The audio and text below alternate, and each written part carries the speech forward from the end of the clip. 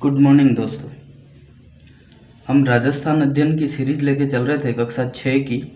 उसमें हम जो पाठ था उस पाठ का नाम था राजस्थान का भौतिक स्वरूप। उसके बारे में हम 2-3 दिनों से रेगुलर बात कर रहे हैं। हमने इस राजस्थान के भौतिक स्वरूप यानी भू संरचना की जो बनावट है उसके आधार पर इसको हमने 4 भागों में बांटा था। पहला हमने ले लिया था थार का मरुस्थल, फिर अरावली हो गया था, फिर पूर्वी मैदान हो गया था। आज जो इसका अंतिम भाग है वो है दक्षिणी पूर्वी पठार। थार का मरुस्थल पढ़ लिया, अरावली पढ़ लिया, पूर्वी मैदान पढ़ लिया और आज जो हम पढ़ने वाले हैं दक्षिणी पूर्वी पठार। आज ये इस पाठ का अंतिम टॉपिक है, यानी कि इसका जो चौथा भाग है दक्षिणी पूर्वी पठार ये है। अब जैसे कि हम दक्षिणी पूर्वी पठार के बारे में हम बात करें तो जैसे ये कोटा, बूंदी, झालावाड़, बारा वाला जो क्षेत्र है ये आता है दक्षिणी पूर्वी पठार में। अब जैसे दक्षिणी पूर्वी पठार की उत्पत्ति के बारे में अगर हम बात करें, उत्पत्ति, अब जैसे इसके उत्पत्ति की जो बात की जाती है, अब ये क्या है पठार, यानी पठार क्या होता है। देखो इस तरीके से तो क्या होते हैं पहाड़, जैसे ये है, ये क्या हो गए, ये तो पहाड़।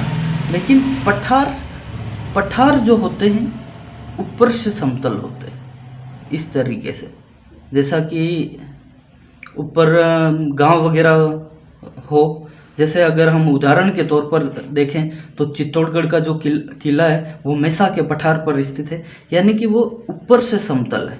तो ये ऐसी जो आकृति भू बनावट होती है उसको पठार कहते हैं। अब इस दक्षिणी पूर्वी पठार, ये वाला जो क्षेत्र, इस दक्षिणी पूर्वी पठार की उत्पत्ति कैसे हुई? इसकी उत्पत्ति क्रिटेशियस पीरियड में, यानी ये क्रिटेशियस पीरियड यानी एक समय था।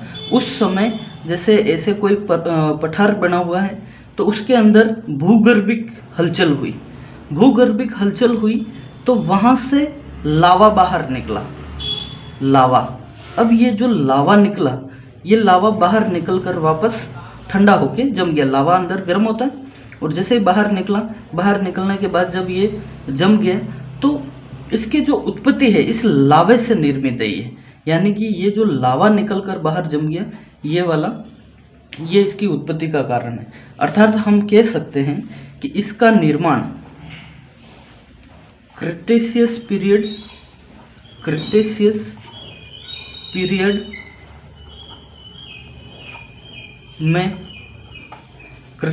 पीरियड में दरारी उद्गार वाले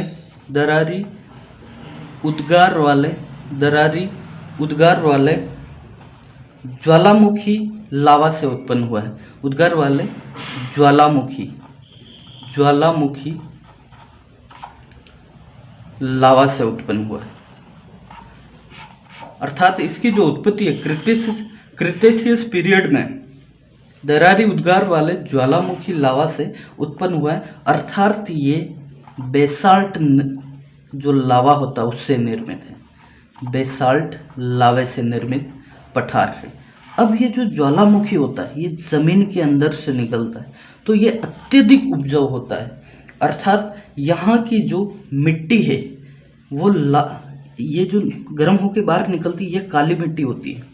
तो इस मिट्टी के बारे में अगर हम बात करें तो यहाँ जो मिट्टी है, यहाँ की जो मिट्टी है वो काली है, यानी कि लावा निर्मित काली मृदा जो कि अत्यधिक उपजाऊ होती है। अत्यधिक, इसको कपास वाली काली मृदा भी कहते हैं क्योंकि इसमें कपास बहुत ही ज़्यादा होती है, अत्यधिक उपजाऊ होती है क्योंकि ये जमीन के अंदर से निकली हुई जो काली मृदा है वो है। इसे बेसाल्ट लावा भी कहते हैं। ठीक है, अब ये जो दक्षिणी पूर्वी पठार है, इस दक्षिणी पूर्वी पठार की जो उत्पत्ति है वो हमने देख ली। अब हमने क्षेत्रफल देखा था, जैसे थार के मरुस्थल का 61%, इसका 9%, अरावली का, पूर्वी मैदान का 23%। अब ये टोटल हो गए, अब 93 हो गए, रहा कितना 7%, यानी कि दक्षिणी पूर्वी जो पठार है वो राजस्थान के क्षेत्रफल में 7% भाग है।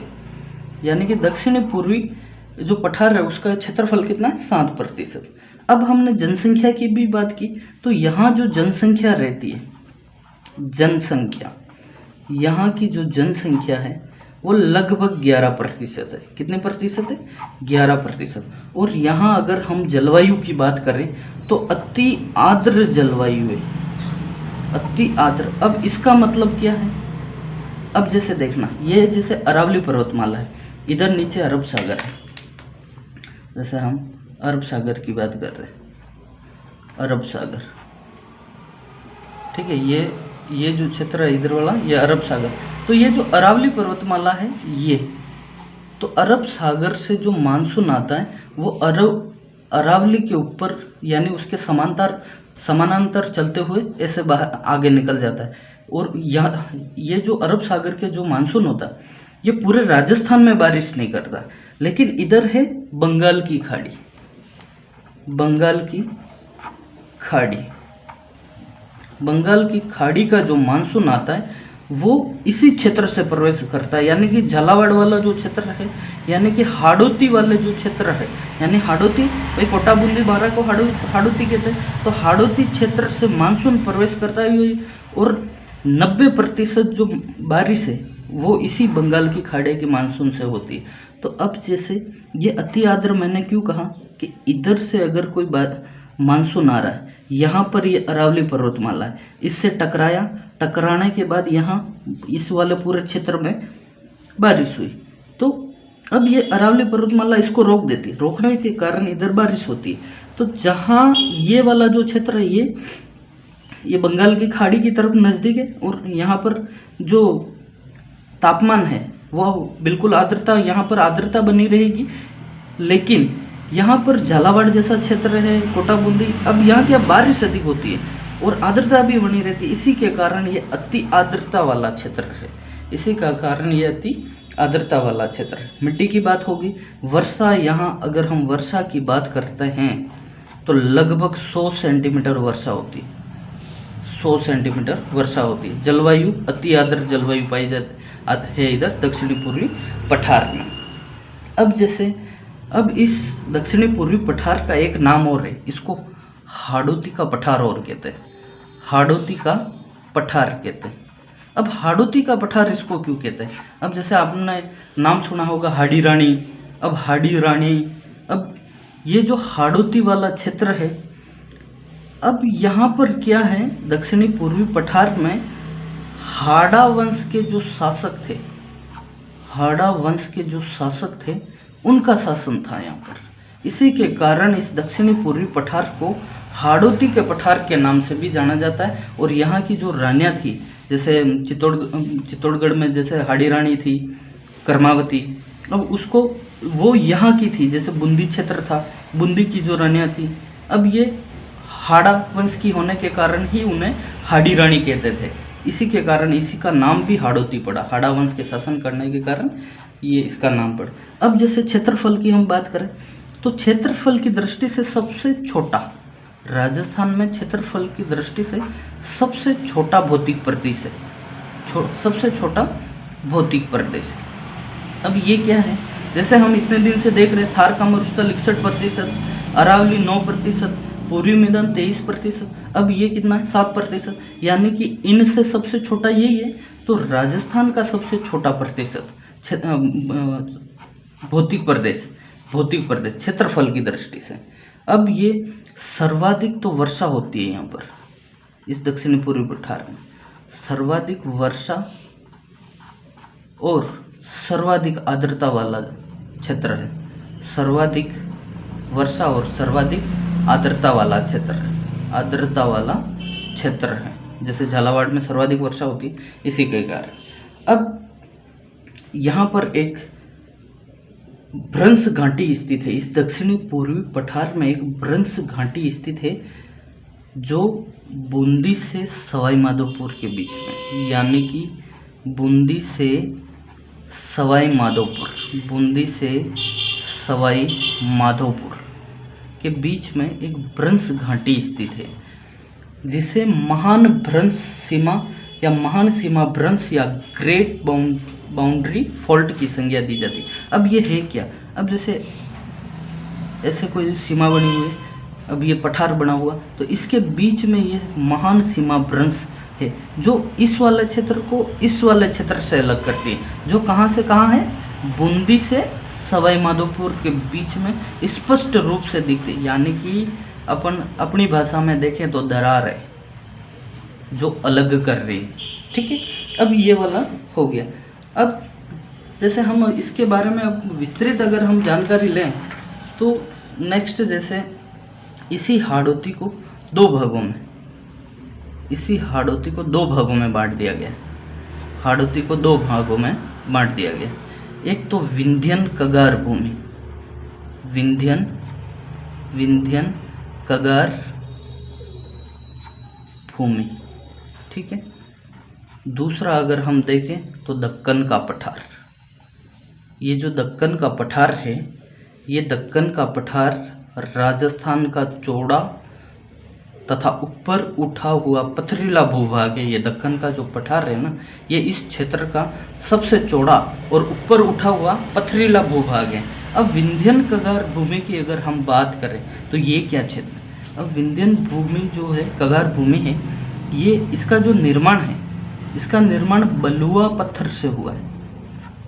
बलुआ पत्थर से इसका निर्माण हुआ। इस भूमि का विंध्यन कगार भूमि है, इसका जो निर्माण है बलुआ पत्थर से हुआ है।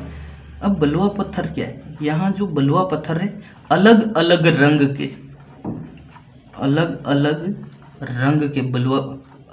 रंग के बलुआ पत्थर पाए जाते हैं। अब जैसे उदाहरण के तौर पर हम देखते हैं, जैसे करौली में गुलाबी पत्थर है, गुलाबी बलुआ पत्थर है, ठीक है। उसके बाद जैसे भीलवाड़ा की अगर बात करते हैं,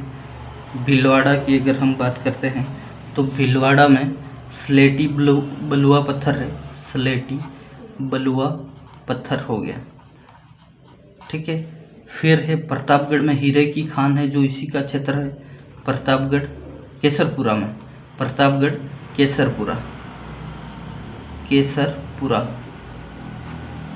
यहाँ पर हीरे की खान है, जो इसी की विशेषता है, हीरे की खान है, ठीक है। एक जैसे अपने धौलपुर में लाल बलुआ पत्थर मिलता है, धौलपुर में लाल बलुआ पत्थर।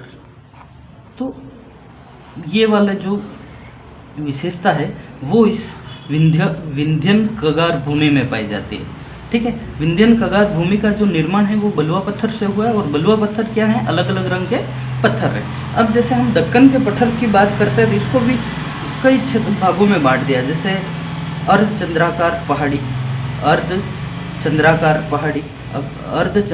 पहाड़ी की अगर हम बात करें, पहाड़ियाँ, तो ये बूंदी की जो पहाड़ियाँ है, बूंदी और कोटा में जो मुकुंदरा की पहाड़ियाँ है वही अर्धचंद्राकार पहाड़ियाँ।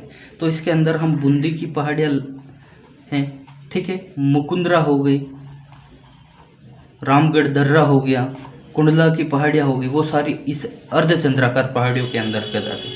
ये दक्कन का जो पठार है उसके अंतर्गत है, ठीक है। अब जैसे एक इसी में वापस नदी निर्मित मैदान, कुछ मैदानी भाग भी है, नदी निर्मित मैदान। अब ये जो क्षेत्र है ये कोटा और बूंदी में जो चंबल और उसकी जो सहायक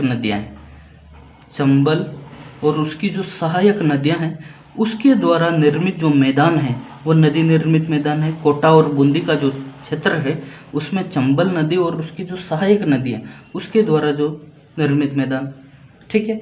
अब एक अगर नेक्स्ट इसकी आगे जो बात करते हैं शाहाबाद की उच्च भूमि, ये भी इस दक्कन के पठार के अंतर्गत ही आती, शाहाबाद की उच्च भूमि। अब इस शाहाबाद की उच्च भूमि के बारे में अगर हम बात करें तो ये शाहाबाद जो है ये बारां के पूर्व में स्थित है। बारां जो जिला है, बारां के पूर्व में स्थित जहाँ पर सहरिया जनजाति निवास करती है। बारां के पूर्व में स्थित जहाँ पर सहरिया जनजाति निवास करती है। सहरिया जनजाति के बारे में अक्सर प्रश्न आते हैं, तो ये शाहाबाद की उच्च जो भूमि है बारां के पूर्व में स्थित है और यहाँ पर सहरिया जनजाति निवास करती है। अब नेक्स्ट अगर हम बात करें तो झालावाड़ का इसी दक्कन के पठार के भाग की बात कर रहा हूँ, झालावाड़ का पठार। ये जो झालावाड़ का पठार है ये मालवा के उत्तरी भाग में स्थित है। मालवा के उत्तरी भाग में, मालवा के उत्तर में लिख देते हैं हम। झालावाड़ का जो पठार है ये मालवा के उत्तर में स्थित है। और इस झालावाड़ के पठार का जो निर्माण है वो ज्वालामुखी के लावा से हुआ है। ज्वालामुखी के लावा से हुआ है। झालावाड़ को जो पठार है ये मालवा के उत्तर में स्थित है और ज्वालामुखी जो लावा निकला हुआ है उससे बना हुआ है। ठीक है। और अब इसकी एक विशेषता और है, इसके दक्षिण पश्चिम में, जैसे झालावाड़ की बात कर रहे हैं, जगह नहीं, झालावाड़। ठीक है। अब झालावाड़ की हम बात कर रहे हैं तो इसके दक्षिण पश्चिम में डग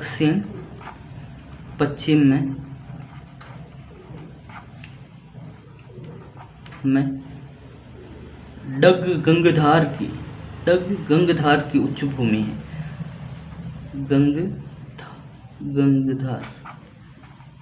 गंगधार की उच्च भूमि। झालावाड़ का जो पठार है उसके दक्षिण पश्चिम में डग गंगधार की उच्च भूमि। तो इसी के साथ हमारा राजस्थान का जो भौतिक स्वरूप है वो पूरा यूनिट जो है, जैसे थार का मरुस्थल ले लिया हमने, अरावली ले ली, उसके बाद पूर्वी मैदान ले लिया, और ये आज जो लास्ट था इसका चौथा भाग इसी हाड़ौती के पठार के साथ समाप्त होता है। और नेक्स्ट जो हमारा यूनिट होगा वो या तो जलवायु होगा या ऋतु चक्र होगा, जो इतना बड़ा नहीं है, उसको हम एक एक क्लास में कंप्लीट कर लेंगे। अब जैसे ये जो पूरा मैंने लिखवाया है इसकी जो आपको साफ सुथरी अगर पीडीएफ चाहिए तो उस पीडीएफ के लिए आप VS क्लासेज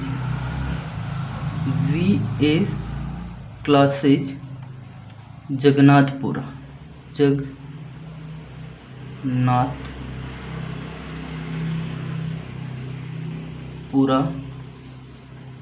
का जो टेलीग्राम चैनल है उसको आप ज्वाइन कीजिए, क्योंकि वहाँ पर मैंने बढ़िया व्यवस्थित तरीके से ये नोट्स बना के डाल रखे हैं। तो इसी के साथ आपका बहुत बहुत धन्यवाद। आप नेक्स्ट सीरीज में हम जलवायु या ऋतु चक्र का टॉपिक लेके आएंगे, या आज जो संपूर्ण भाग हैं इसके भौतिक प्रदेश के आज पूर्ण रूप से समाप्त होता है। आपका बहुत बहुत धन्यवाद।